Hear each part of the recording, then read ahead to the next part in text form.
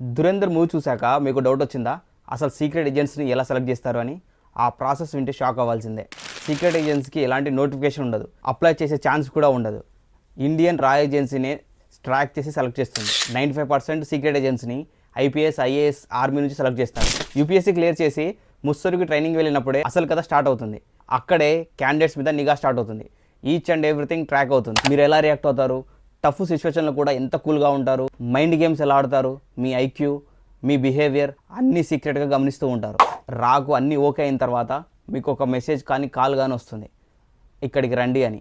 అక్కడికి వెళ్ళాక అసలు కథ స్టార్ట్ అవుతుంది. అక్కడ మీరు సైకలాజికల్గా ఎంత స్ట్రాంగ్ ఉంటారో టెస్ట్ చేస్తారు. అక్కడే డిసైడ్ అవుతుంది మీరు సీక్రెట్ ఏజెంట్ అవుతారా కారా అని. ఒకవేళ మీరు అన్నిటికీ ఓకే అనుకొని సెలెక్ట్ చేస్తే కొత్త పేరు, కొత్త జీవితం, కొత్త ఐడెంటిటీ. కనీసం మీరు జాబ్ చేస్తున్నట్టు మీ ఫ్యామిలీ కూడా తెలియనంత సీక్రెట్గా ఉండాలి. ఎంత పెద్ద మిషన్ చేసినా గుర్తింపు ఉండదు, మెడల్స్ ఉండవు. ట్రైనింగ్ మొదలవుతుంది. ట్రైనింగ్లో సో మెనీ థింగ్స్ నేర్పిస్తారు.